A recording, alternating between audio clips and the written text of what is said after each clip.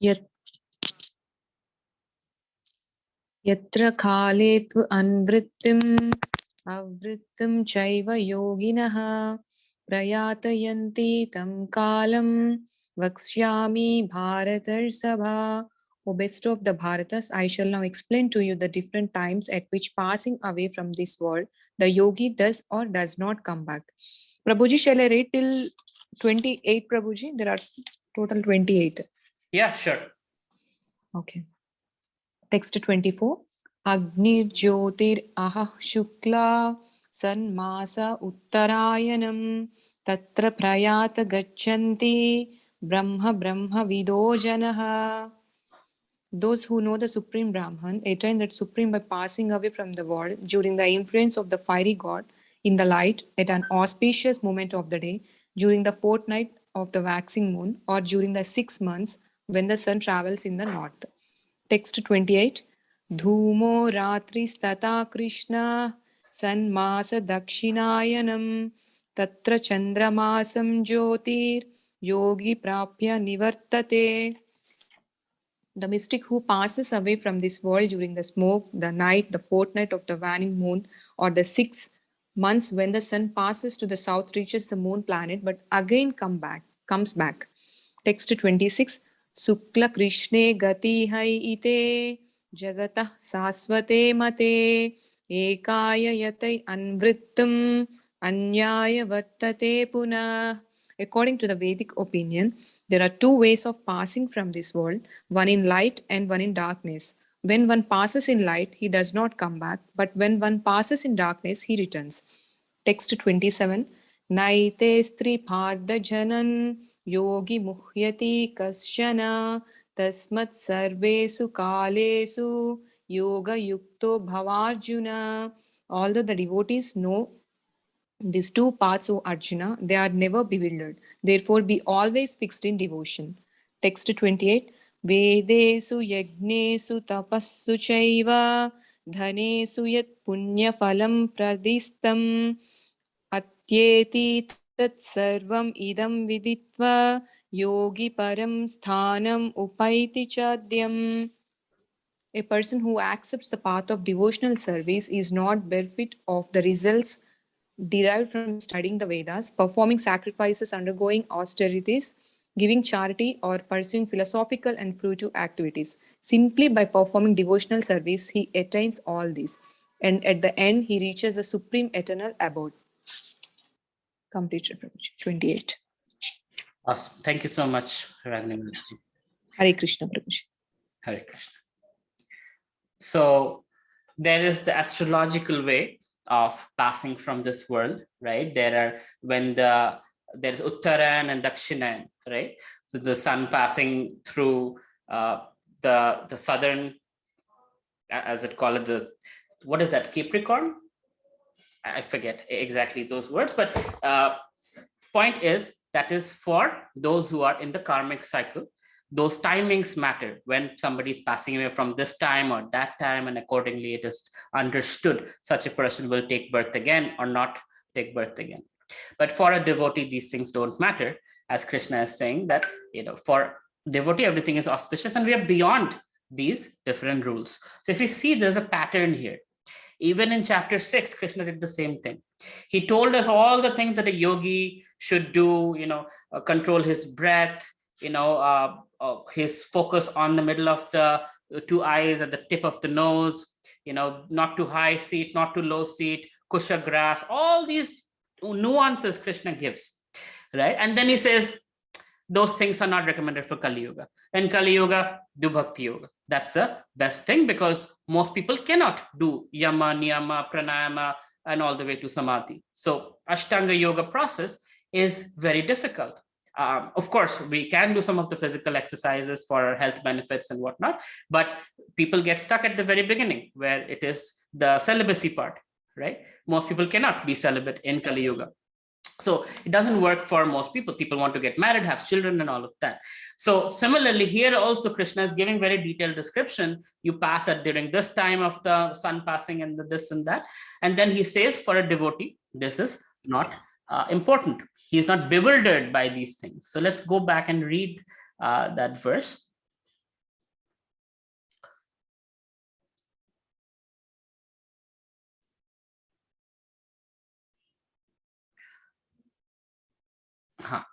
So there is passing in darkness and passing in light. But although the devotee knows these two paths, O Arjuna, they're never bewildered. Therefore, be fixed in devotion. So Krishna is very clear that there is, although there are all these different things. So that's the thing, growing up in a Hindu family, sometimes we get very bewildered. So many rules, so many regulations, so many things. Should I do this? Should I do that? When somebody is born, there are so many regulations. When somebody dies, this grandparents say do this and that uncle says do that. How do you know what is good, what is bad, what is right, what is Vedic, what is traditional? Because a lot of things are not Vedic. They come from tradition, somebody did it, and so you do it too. And that's where confusion happens, and we just follow whatever that little Purohit tells us, and we just follow blindly. But here Krishna is making things very simple, right? So in the case of a devotee, so there have been multiple instances where it is not required to do much, right? It's very simplistic. We don't have to go through the whole karma kanda process, which is required for those who are in the karmic process to get all the karmic benefit. So if you're planning to go to heavenly planet and enjoy like Indra, Surya, Chandra, and all of these personalities, then you should do all of those things and pass your body at the right time if you have that kind of ability.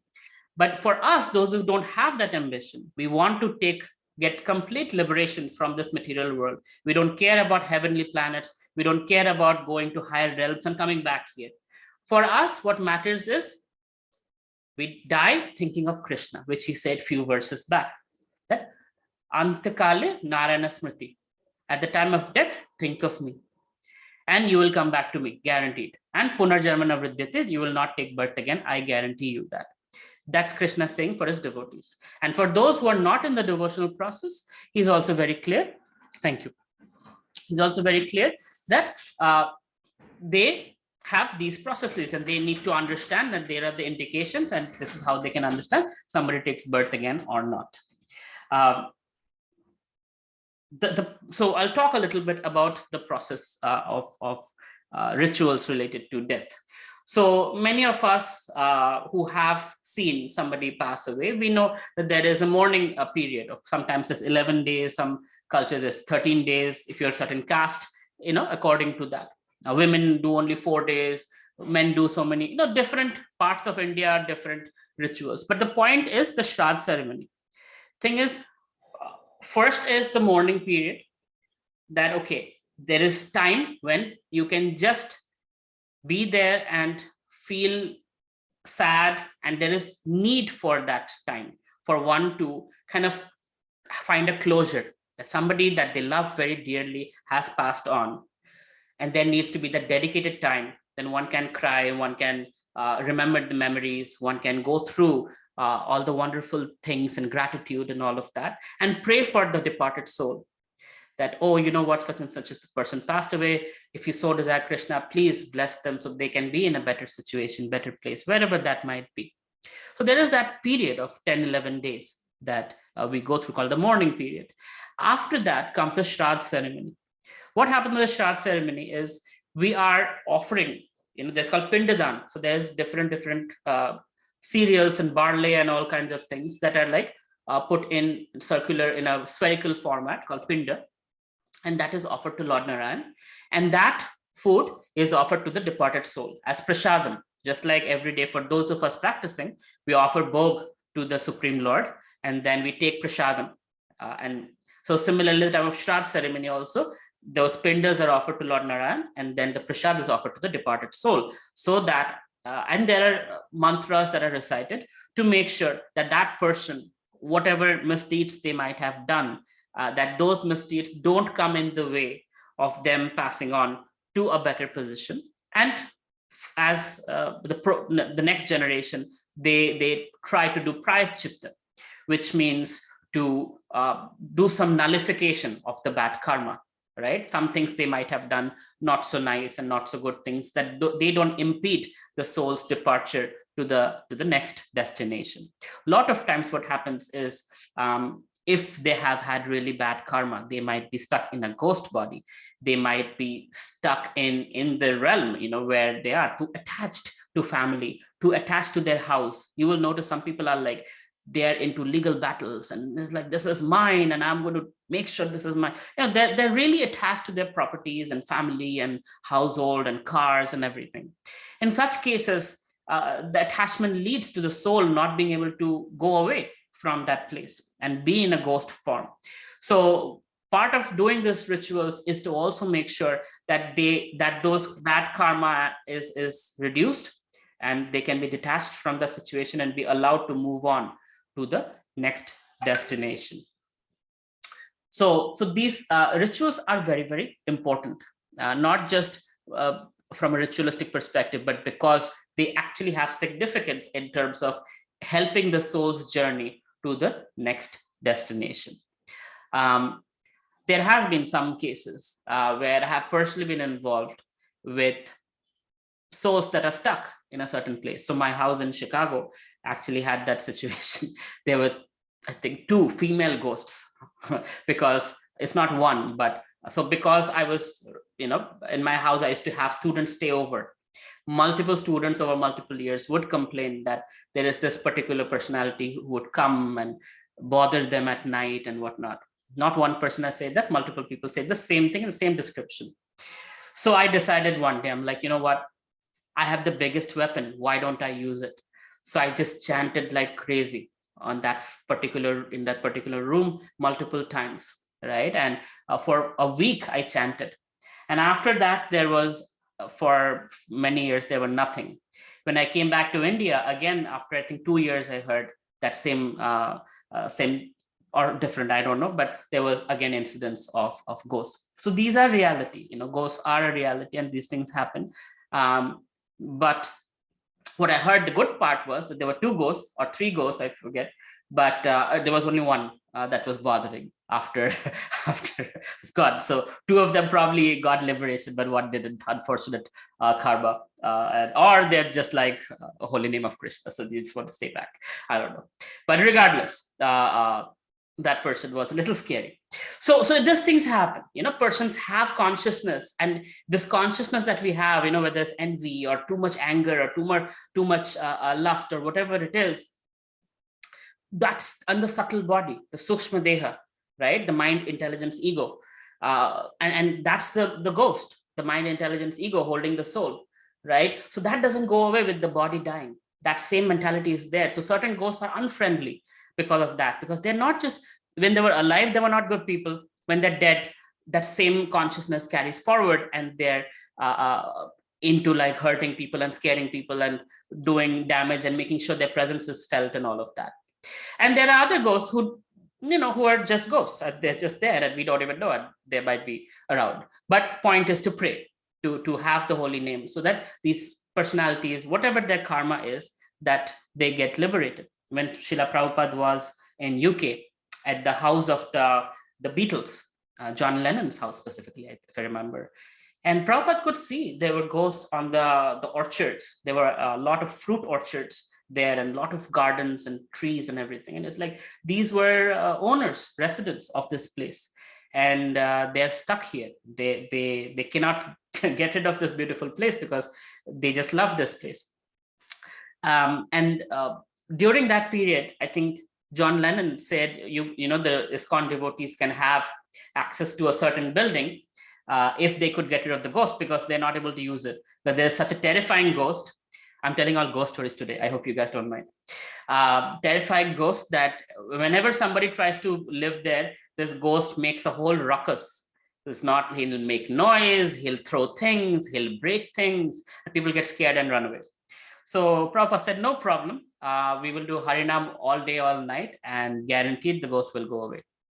And so devotees did Harinam all day, all night. And at the end of the night, so around 4:30, 5 o'clock, there was a scream of this ghost leaving from the attic. Attic is the, if you see UK houses, they have something like this at the top. That's called the attic.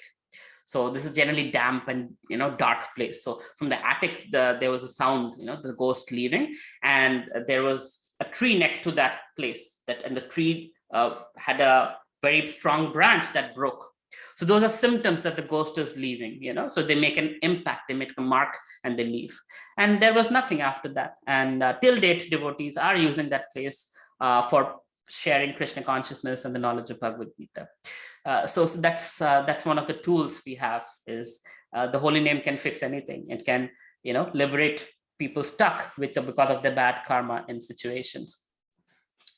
So Jayashree Mataji is scared. Sorry.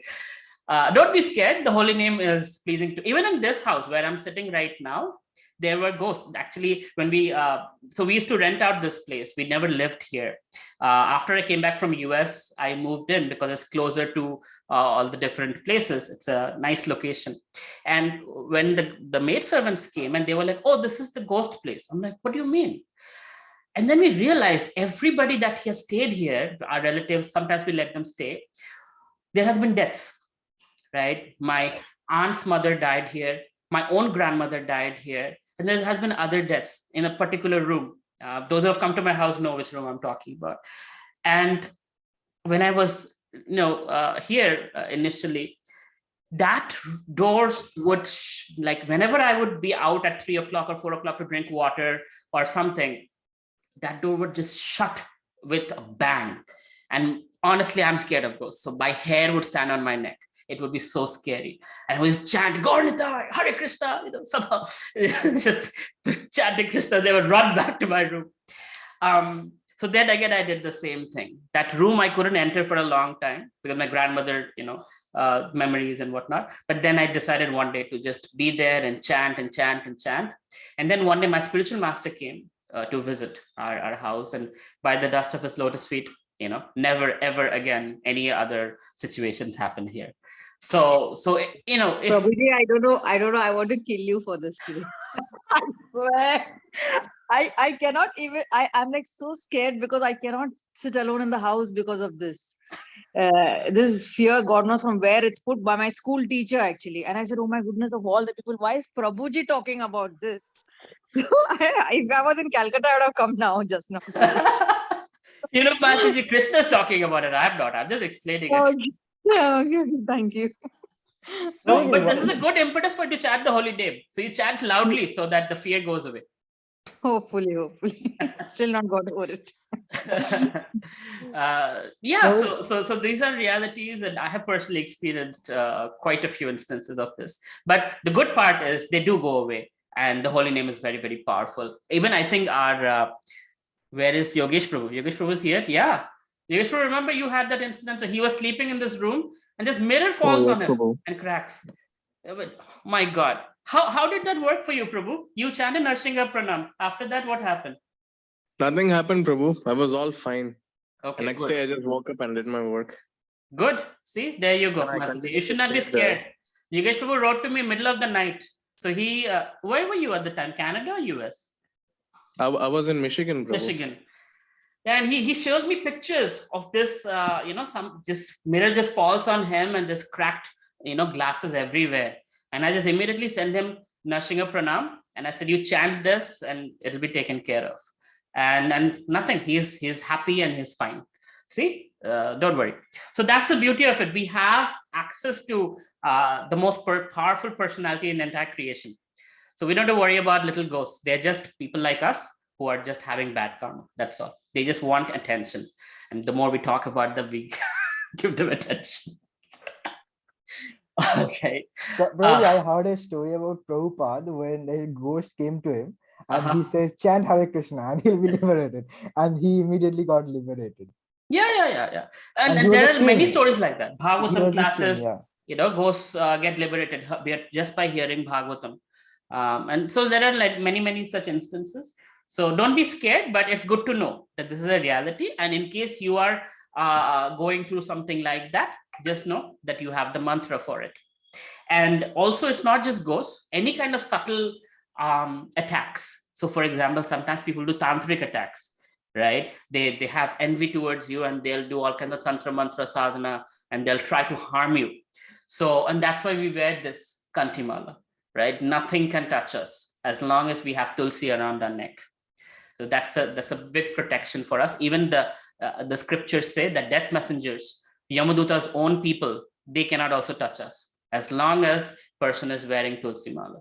So it's very important that those who are practicing and serious about this, should, at some point start wearing these, because it protects you from other things also, not just ghosts, but other subtle things. See, the thing is, in science, we know a lot about material science, the things that we can touch, feel, and see.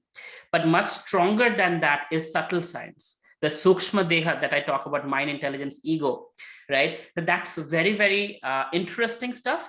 And that's also much more powerful in terms of the damage that it can do. So if you see the Ramayana, Mahabharata serials also, they show, they're praying, chanting mantras, and then they're throwing the arrow, and the arrow becomes a snake, and the arrow becomes fire, arrow becomes something. It's the same arrow. It's just a mantra you give. It's a subtle power, and that gives certain potency to that particular arrow to become something else. So as we become Brahman initiated, we have access to Gayatri mantra, right? So by chanting Gayatri mantra, the same person becomes empowered in certain ways. So by chanting Hare Krishna Maha Mantra, we become empowered in certain ways, right? To get what happened? Krishanu and Indranath are scared about something? Ghosts? So the mantras, the subtle energy can be very powerful in terms of making something very ordinary into something extraordinary. And that's why mantras are so important. So mantra for weaponry, or mantra for our protection, or mantra for connecting with Krishna. So mantras are super, super important. That's the idea. So devotees are not bothered. So going back to Krishna's text here, that he's saying, although the devotees know these two paths, light and darkness, O Arjuna, they are never bewildered. Therefore, be always fixed in devotion. So when you're fixed in devotion, then you don't have to worry about these other things. Okay, somebody wants to say something? How do you identify the presence of a ghost? Yes, Prabhu. I had a question. Yes. So a ghost is basically soul with mind, intelligence, and ego, right? Mm-hmm. So how does a subtle body has an impact on the physical world? That's right. Because like when somebody has some really bad karma, he or she might not have some yogic powers to that level to make an impact. So to someone like that, how the impact on physical world happens to the subtle body? Prayash, you're an entrepreneur, right? You can say that. Yeah.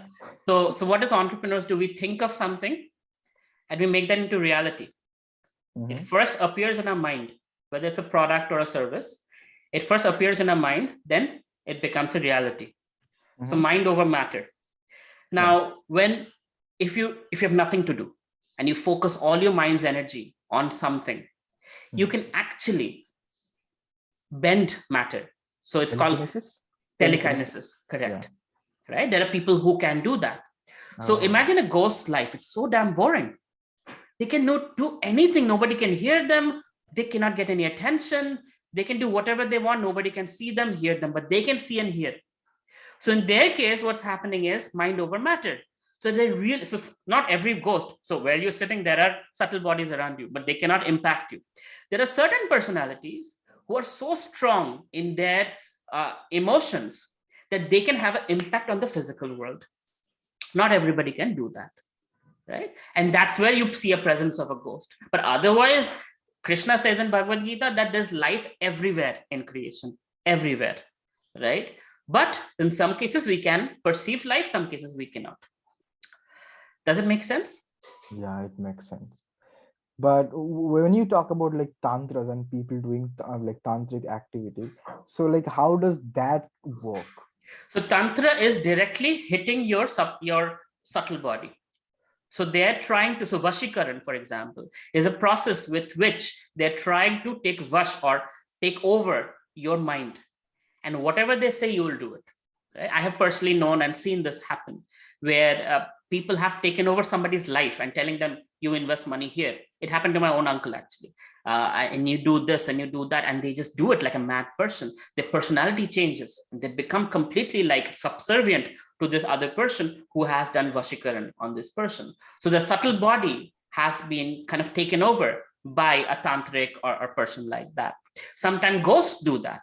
So a ghost enters, like you've seen Exorcist, which is actually a true story. That's what they say.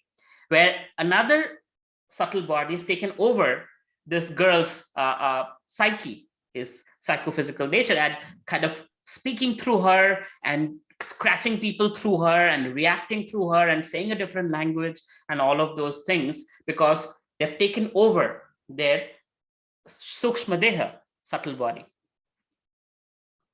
Yeah, I understand that. Yeah. So basically, you're saying to avoid that, we should wear the tulsi mala, right? Well, this protects you from everything, and chant the holy name. Simple. Yeah, yeah. Thank you, Prabhuji. And like I shared, one of my friends, or one of my mentees actually in Dubai, he shared his sister, some ghost was trying to attack her but couldn't, and instead went to her friend's body. And from a friend's body, in that voice was saying, I wanted to be in her body, but that thing on her neck, I cannot enter her.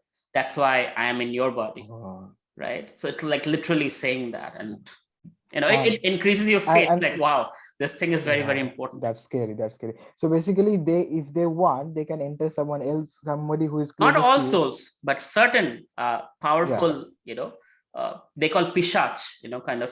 So these are really powerful demoniac souls, or not souls, rather subtle bodies. Souls are all divine, but subtle bodies that can impact our lives.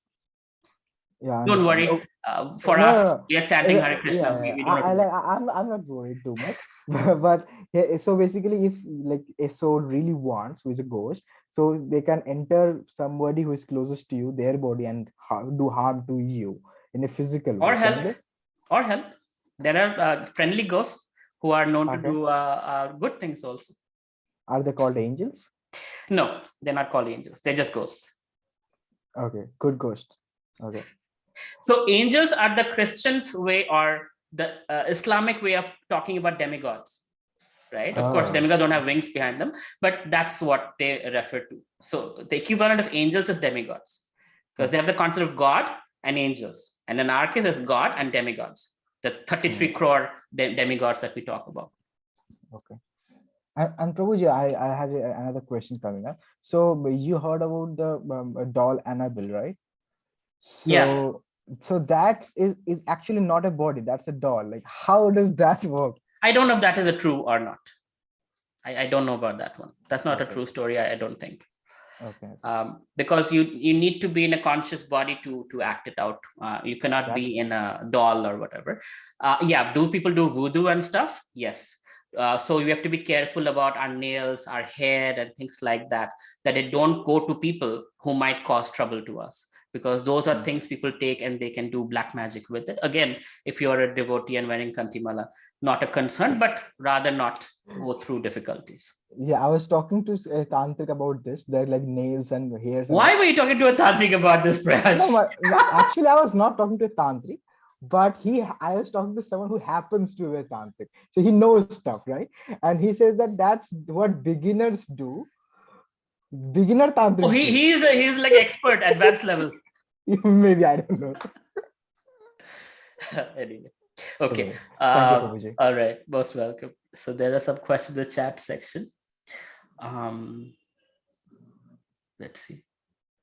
Oh my God, you scared me. How to identify the presence of a ghost? Mataji, you'll know. Akshat, media shows some ghost stories. Are they real? I don't know what media shows. Most of them are probably not real. Some of them might be. Can we move to next verse, Prabhuji? Jai Shri Mataji, oh my God. Shovita is asking, I might add, the whole Kathopanishad speaks about death and life after death, and how stronger minds have, say, basically it's a competition between which sankalpa the mind is stronger, and a sadhak devotee is always stronger. Yeah. And more than our own strength, it's Krishna's strength, because bhakti means to depend on the Supreme Personality of Godhead. There's a protection of the Supreme Lord. So in this context, I'll talk about Ajamila. Ajamila was a person who was born in a Brahmin family. How many of you know the Ajamila story? Or let me ask, how many of you don't know the Ajamila story? I don't know, Prabhuji, please share. Okay. All right. So Ajamila was a very nice Brahmin boy who grew up in a proper Vedic family, learned all the good samskar and everything. But when he became an adult, in spite of having his own wife, he fell in love with a prostitute. Seeing a prostitute on the street seeing a prostitute actually hugging another man, his heart changed and he wanted to also be with that prostitute. And eventually he would visit her often. And then eventually he left his wife and kids and went for that prostitute. In fact, the day his father died, he was doing the Shraddh ceremony. And in the middle of that, he just left and went and married the prostitute.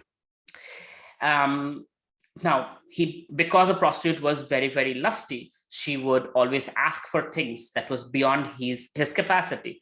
So this man, instead of doing a normal job, he became a dacoit and he started robbing people and looting people and he started having a criminal life. And with this prostitute, he started having children. And he didn't take care of his own wife and own kids, but he was taking care of the prostitute's needs and the children. So long story short, this man becomes very old. He's 80 years old. And that's when he has his last child. Now you can imagine, even at the age of 80, he's having such a desire. So he has his last child. And the child becomes 8-year-old. And this last child, he names him Narayana, right? Because he had some good samskara growing up. So he named the child Narayana. And one day he is lying in bed and he can hear different personalities that he cannot see who are talking about him. They're talking about him and his activities. They're talking about his good activities and bad activities. And they're discussing his life. And he's like, who are these people? And then he starts seeing them. And they have copper colored hair, they have big teeth, they look ugly. And he understands from scriptures that these are Yamadutas. So Yamadutas are described that way. So they're like, we're going to take him, we're going to tie him up. So Yamadutas are known to tie up the subtle body and drag them to Yamaraj. And that's where Yamaraj decides what kind of hell the person is going to go to. So they were discussing and they were like, we're going to grab you and you're going to Yamaraj. And he was like he realized he's going to die. So he called up, Narayan, please help me. He actually was calling his 8-year-old son. And Lord Narayan in Vaikuntha, he immediately sent the Vishnudutas. He's asking for my help. He's like, no, Lord, he is asking for his son. Doesn't matter. He said my name. You guys go immediately and take care of him. So Vishnudutas appeared like that. This, Yamadutas had never seen Vishnudutas. Blue colored, golden dhoti, Shankha Chakra Gada Padma. So all Vishnudutas have the same weapons as Lord Narayan. They look like Lord Narayan. So they gold helmets. So they are like there, appear, and the Yamadutas are like, who are these people? What are you doing here? They're like, sorry, not your jurisdiction.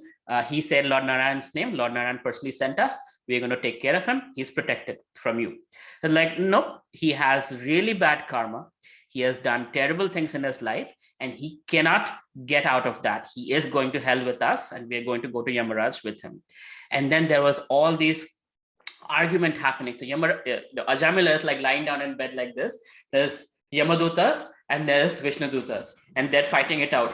And he's looking here and looking there. It's like, oh God, what's going to happen to me? Who's going to win? Where am I going to go? Hellish planets or Vaikuntha? So like this is happening, then Yamaraj appears on the spot. Yamaraj personally comes and he pays his obeisances to the Vishnudutas and says, I'm very sorry. My men are not very trained. They don't know that there is anomaly also, because they only know what rules I have taught them. But all rules have anomalies. And that is that when somebody says the Lord's holy name at the time of death and Vishnudutas appear, they don't have to fall under my jurisdiction. They are under your jurisdiction. So he told his men, back off, not your place. Next time you see somebody saying the Lord's name, wearing Tulsi Mala, or having Tulsi on their body in any way or form, or markings of Vaishnava Tilak, you will not touch them because they are under the jurisdiction of Vishnu, right? So Yamaraj, asked for his forgiveness, and all the Yamadutas went back with Yamaraj to Yamalok. Now the Vishnuduta said, okay, Ajamila, we are giving you a second chance. You've done a lot of terrible things. He's right. So now it's your time to do your prayaschitta. And then at the time of your death, we will come and we'll take you back to Lord Narayan, where you can live eternally with the Supreme Lord.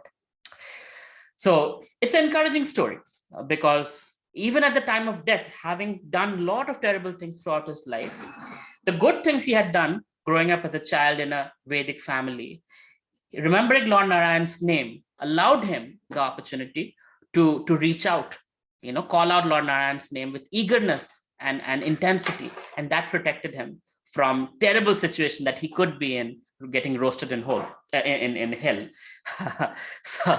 So that's that. So I hope that story kind of clarifies this. I think ghosts are better than humans. Well, maybe there is some. I don't want to comment on. All right. Okay. So we'll move on to the next thing. 828. So last verse of chapter 8. So a person who accepts the path of devotional service is not bereft of the results derived from studying the Vedas, performing sacrifices, undergoing austerities, giving charity, or pursuing philosophical and fruitive activities. Simply by performing devotional service, he attains all these, and at the end, he reaches a supreme eternal abode. So one who is doing bhakti is not missing out in life, because one might think, oh, certain persons doing such yagya and such charity and such this, I'm not able to do anything. But the beauty of it is that in bhakti, when one has love for God and one lives and loves God, and lives for God and loves God, and does devotional service in one's life, one gets all the other benefits that you get from karma yoga, jnana yoga, ashtanga yoga. They're all included within bhakti yoga, right? Because only in bhakti yoga, no qualification required, and you're depending on the Supreme Personality of Godhead, Krishna. So Krishna is saying at the end of Bhagavad Gita, that's why, that just surrender unto me. Moksha shami masuchaha. I'll give you liberation, don't worry. Aham tam sarva papebhyo. I'll take care of all your papa, all your negative karma. Don't worry. All taken care of. Because bhakti is a process of surrender. When we surrender to Krishna, we not only get Krishna, but we also get the benefits of all the things that we get from charity, from pious activities, and everything else. So that's what Krishna is saying, right? So we are not missing out on anything. In fact, we are getting everything that all other processes of spirituality gives us. This verse is a summation of the 7th and 8th chapter, which particularly deals with Krishna consciousness and devotional service. One has to study the Vedas under the guidance of the spiritual master and undergo many austerities and penances while living under his care. A brahmachari has to live in the home of the spiritual master, just like a servant, and he must beg alms from door to door, bringing them to the spiritual master. So it's important to have a guru in our life, and it's important to be subservient to that guru like a servant. Now one might think, oh, servant, I don't want to be a servant. But servant is, again, the way we think about it is like jharu, pocha, and all of that. Servant means service, seva, right? Sevak is servant and seva is serving. So helping the guru help us better is service, right? So when we are doing asking questions, for example, what we are doing is we're revealing our mind that I have this doubt. We're enabling the guru to We're enabling the guru to clarify our doubts with his knowledge. When we are opening the door for the guru or inviting him to our house or arranging an opportunity for speaking about spiritual topics, we're enabling the guru to spread this treasure trove of knowledge to more people and more people, right? So this is seva, this is service. So chapter 4, if you remember, chapter 4, I think text 36, Krishna says the qualities of a student or a disciple. Does anybody remember what are the 3 qualities of a student or disciple? Paripratena, pariprashnena, sevaya. So paripratena, pariprashnena. Pariprashna? Yes, Shuli. You just unmuted by mistake, I guess. So pariprashnena, ask questions. Paripratena, what is paripratena? Oh God, I've totally forgotten. Sorry, let me quickly go back to 436.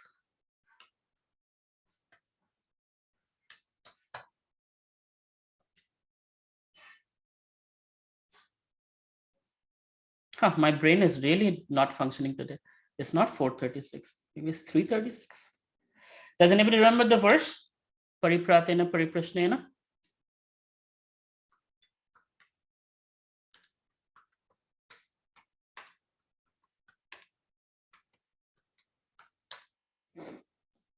$434. My apologies.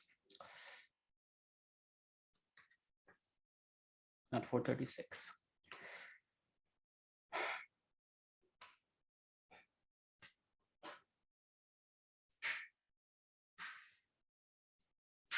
Okay, I'm going to share my screen.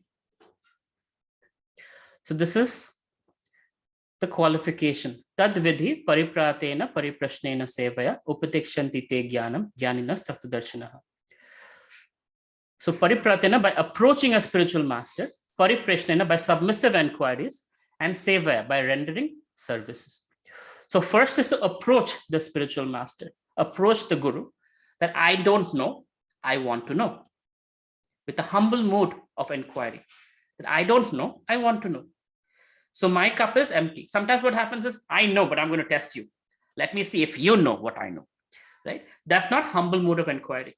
Krishna is saying, paripratena pariprashnena.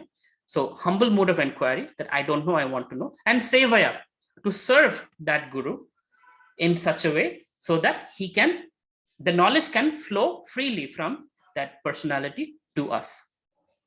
That's those are three qualities of being a disciple.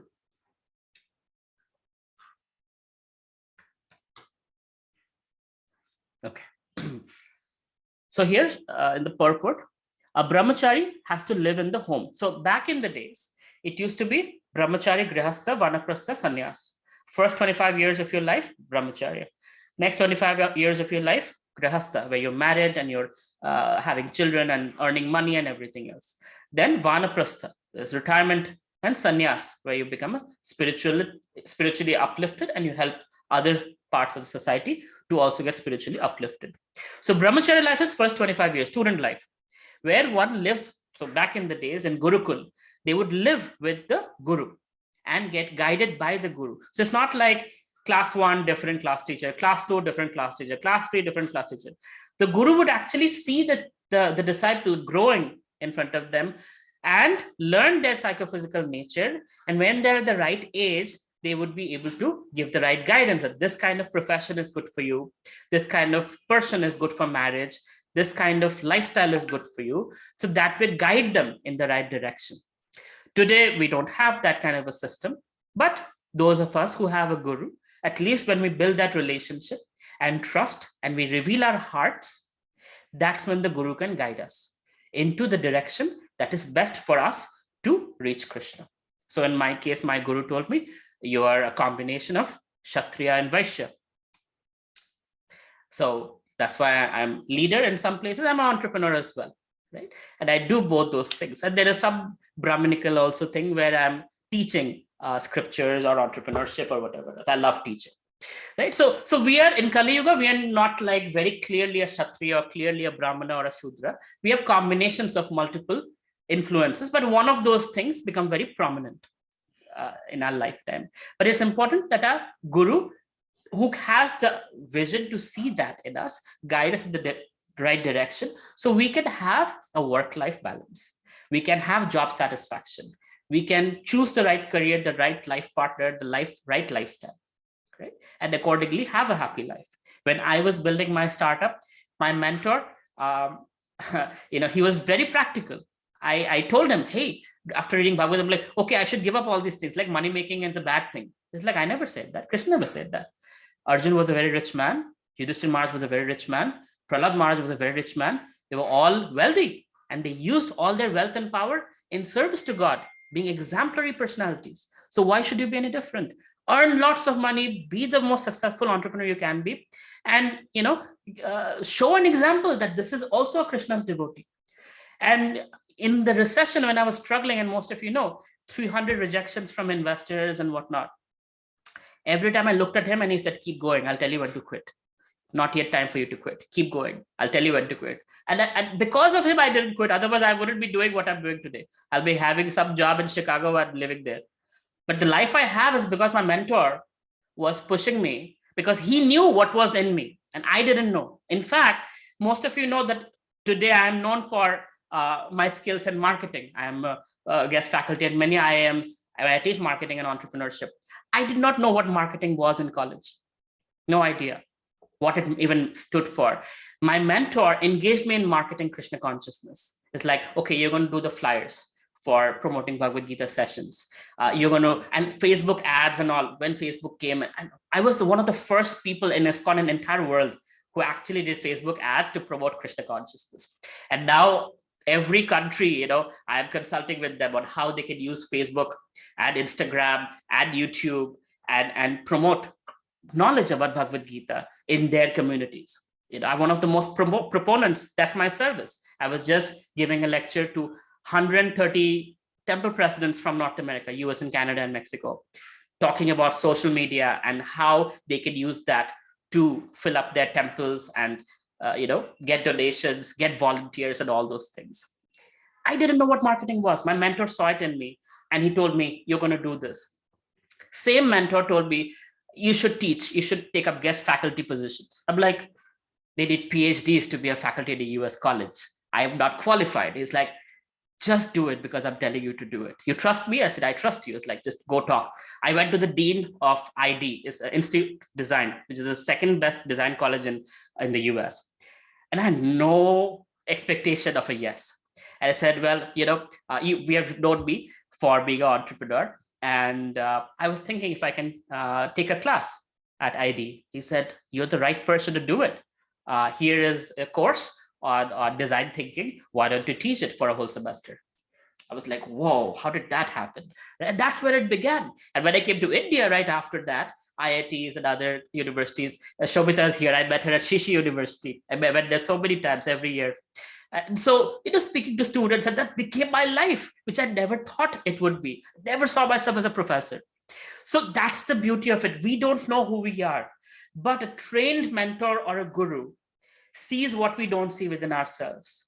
So when we humbly serve them and open up our hearts and allow them to guide us, they bring out potential that we didn't know we had and makes impossible possible. So it's very, very important to have that kind of a shelter and have the mood of surrender towards somebody who represents Krishna in our life, right? Through that, the whole new world will unfold to you of potentials that you didn't know existed. How do we find our guru? You know what? By Krishna's mercy, you find a guru. And by Guru's mercy, you get Krishna. That's how it works. So pray to Krishna and you will find a guru. That's how simple it is. But you have to be very sincere, because depending on your sincerity, you'll find that kind of a guru. There are a lot of cheating gurus in India also. Everybody with a beard is not a guru necessarily. So it's important that you're sincere why you need a guru. Do you need a guru to make lots of money, or do you need a guru to guide you in the right direction of spiritual path towards Krishna? Depending on your sincerity, Krishna will find you that kind of guru. Otherwise, you might fall prey to a lot of other people who might give you a lot of motivational content, and that can lead you to some place else, but not Vaikuntha, not Goloka. So find a guru who's only there to give you pure knowledge, pure Krishna consciousness, without their own interpretation, without their own sugarcoating and all of that. You want a guru who gives it to you as it is. And that's why Bhagavad Gita as it is. Right? It is as it is, not as it should be, as I think it should be, as my speculation thinks it should be. It is coming from Krishna. Word for word should be given as it is. I don't want any fame. I don't want any following. I don't want money for it. Right? That should be the mood. Only then the mercy can pass from Krishna to the person. The moment I'm thinking I want the followership, then what happens? The mercy gets stuck. Right? It's not transparent anymore. Like glasses. If there is some color on these glasses, certain lights will pass through, certain lights won't pass through. But if it is transparent, then all lights will pass through and I can see the world clearly. I'm not seeing my glasses. I'm seeing the world around me. That's how Guru is, who is transparent themselves. But by coming in contact with them, they make God a reality for you rather than some stone, some statue, some idea, some hokey pokey, something that everybody talks about. Rather, through Guru's mercy, you get to see Krishna face to face, because he's transparent like the glasses. He doesn't come in between you and God. He connects you to God without asking for following, money, all those other things. As soon as a guru is that, then you know that's not the right person. So if you're a sincere soul, Krishna will find you a sincere guru. I hope that answers your question. Dr. Shantanu Bhattacharya, I think this is your first time here. Welcome. And I hope if things didn't make sense, something I said, I spoke a lot about ghosts. I was somehow in that mood. Please don't mind. I hope things are not too hokey pokey for you. All right. Anything else? Any questions? We have a few minutes left. Hare Krishna, Prabhu. Hare Krishna, Yogesh Prabhu. Prabhu, I have a question. So if the subtle body, so my understanding is that the subtle body requires a body to actually experience things. Then how does the subtle body experience, things like anger, sadness, happiness, or even probably see things or hear things? If that's Very the good case. question. Very good question. So, okay, thank you for that question, because that will clarify a lot of doubts. So the ear, or let's talk about this microphone, right? This mic by itself, if you don't plug it to the computer, can sound pass through it? Yes. But does it mean anything? Does it go anywhere? Does it get processed? No. When it connects with the computer, it gets processed. So the eye is just a camera. You can pluck out an eye and plug it into somebody else's body, and the eye will work perfectly. But who's seeing it? It's a soul, right? So the vision is of the soul. The soul is experiencing the sound, the vision, the smell, the taste. So when you are not, now, before the soul does that, the mind is processing all that, right? So the subtle body has those senses. In fact, the senses are subtle. The sense of vision, the sense of touch, the sense of smell, all of these are subtle. That's happening in the mind level. Somebody we don't like touch us, it feels like, oh, somebody we like touch us, we like it. Some gulab jamun, where is it all happening? The taste of gulab jamun, it's happening on the mental level. The taste of karela, that's also happening on the mental level, right? So the soul, the subtle body, is experiencing all of those things through the senses. The gross senses are getting processed in the mind. Krishna says, Manaha Shashtani Indriyani Prakristani Karshtati. The Manaha, mind, he said, is a sixth sense.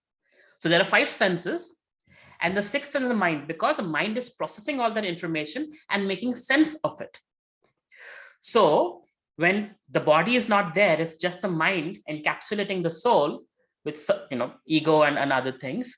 So the mind is still having those senses, and it's able to perceive all of that. So if you have time, Yogesh, you can go online and search near-death experiences. There are many, many absolutely concrete evidences of people leaving their body and describing everything that is happening on the hospital bed and outside, right? There's a Netflix series also on this, on near-death experiences. So what's happening? The subtle body is leaving. So there is actually this lady saying she was dead for 7 minutes. Literally, it was like straight line, dead. And they were trying with everything, all those defibrillators and all of those things to wake her up. She saw herself raise up to the ceiling. She could hear the doctors talking about their plans that night. She went out of the room and saw people waiting outside. And later on, when she came back to her body and she was alive again, she was able to describe what clothes those people were wearing outside, which is not possible unless you go outside. So the senses are there in the subtle body, and through that you can perceive the world. Does it make sense, Prabhu? Yes, Prabhu. But so does that mean that the mind continues to engage with the soul, if even after we? Yes. And liberation means when the soul is liberated from the subtle body. That's liberation. Because the mind, ego, and intelligence, the sukshma deha, carries from one body to another body. That's why personality doesn't change. The body changes, right? But liberation means finally the mind and ego and all those things are gone, and the soul is pure soul, connects back with Krishna. That's liberation. Hmm. Okay. Prabhuji, Got it, Prabhuji, Prabhu. so where does this mind, intelligence, and ego go? It doesn't go anywhere. It's matter, right? It's dead matter. It's only active because of the presence of the soul. Just like this body is active because of the presence of the soul. So the soul leaves, this body is dead body. It rots. Similarly, when the soul leaves, the mind is just dead. It's subtle. It's gone. Okay. It doesn't have a life of its own. Yeah. Soul is the life. The mind is not life. The mind is active because of the soul. It's a software, right? Software. When the computer dies, what happens to the software? Right? Okay. So basically, there are extra two layers. Like there is soul, there is a subtle layer, and there is the physical Gross layer, yes. gross layer. Yeah, I got it now. Yeah. Thank you, Prabhuji. Okay. Anything else? Hare Krishna, Prabhuji. Yes, Raghunath. Prabhuji, each and every body will have some attachment to Prabhuji, each and every human. Like one person will like their children, another one will like mother, and assets, like the same way. So at the time of the death, if someone are dying or coming the death, each and everyone will get the rebirth, no Prabhuji. Or else why all the people are becoming the ghost? Only some people are taking rebirth. No. There is attachment and there is like crazy attachment. Okay. Right? It means we have to follow detachment. No. See, detachment is there. So we don't follow detachment. We attach ourselves to Krishna and not automatically we get detached from Maya. That's the process, right? We turn on the light, darkness goes away. So we attach ourselves to Krishna, Maya leaves. But certain personalities are becoming ghosts because of their bad karma. And now we don't know what those are. That can be several things. They have murdered somebody, or they have been murdered, or they committed suicide, or whatever it might be, or they're super attached to that property or whatever, right? That's why they say snakes are very venomous. Why snakes? Because snakes are embodiment of envy. People are very, very envious, are born as snakes because it's like poison. Anyway, let's not get in that direction because it can get a little twisted. But the point is, not everybody becomes ghost, but certain personalities who have extreme levels of bad karma, they become ghosts because it's a terrible situation to be in a ghost body. Okay, Prabhuji, thank you. Hare Krishna, Prabhuji. We have heard about the stories like some people after their birth, as they are memorizing their past life in the initial days of their birth. So how it is happening like that? So it is said that at the time of death, your whole life comes in front of you like a movie. It just passes through you, right? And so the last few seconds of death, that's what it is stated. So if you have lived a good life, a God conscious life, that's the kind of thoughts you will have, and you'll live peacefully. If you had a crazy life, then that's what you see. So death is the examination, and life is a preparation. So throughout a life, you prepare for that last exam. And that's why it's important to live every day. Not like Ajamila, that, oh, the lottery ticket. Last minute, I did all the wrong things. Last minute, I said, no, and doom. There's like Vishnu Dutas arrive. That's gambling. We don't know how we will die. So it's important to have a good life so that at the time of death, all the good thoughts, the good memories come to us and we can pass over to a better place. Prabhu, one more question. So does that mean you can have a petition for Krishna that, at the time of death, I may or may not remember you, but would you take me back? Yeah, that's in Bhagavatam. And Krishna says, even if you don't remember me, you're in coma or some kind of situation, I will inject myself into your consciousness so you remember me at the time of death. So Krishna is not like a school teacher, pass, fail. If he sees we are sincere, he'll go above and beyond to remind us and to take care of us and bring us back. He's more eager to bring us back than we are eager to go to him. So it's okay. Krishna is a father, loving friend. Prabhuji, I have a silly question to bear with me. So what if somebody kills themselves remembering Krishna? What happens then? So I'm tired of this world. This is bad. I want Krishna. And then he dies. What happens? I don't know. I would not recommend you try it either. No. I'm not trying. But that question just popped into my mind. What happened? No, I don't know. That's up to Krishna. It's between, because suicide is a sin. Yeah. And remembering Krishna is also, but the point is, when you're killing yourself, can you remember Krishna? Is that in your control, or is it Krishna's mercy? That you also have to understand. To remember Krishna at the time of death also is Krishna's mercy. You cannot trick Krishna. He's very tricky. He's much, much, much smarter than we can imagine. You try to trick Krishna, he'll trick you over like anything. So let's be subservient. That's the important word here. Let's surrender. My dear Krishna, I am depending on you. And if you so desire, you can take care of me. And Krishna is saying, I'll take care of you. So why worry? Okay. Yeah. I'll honor everybody's time. It's already 8:33. Sorry, I've taken 3 minutes extra. Srila Prabhupada ki jai, Bhagavad Gita ki jai. Hare Krishna, everyone. Have a good night. Hare Krishna. Hare Prabhu. Krishna.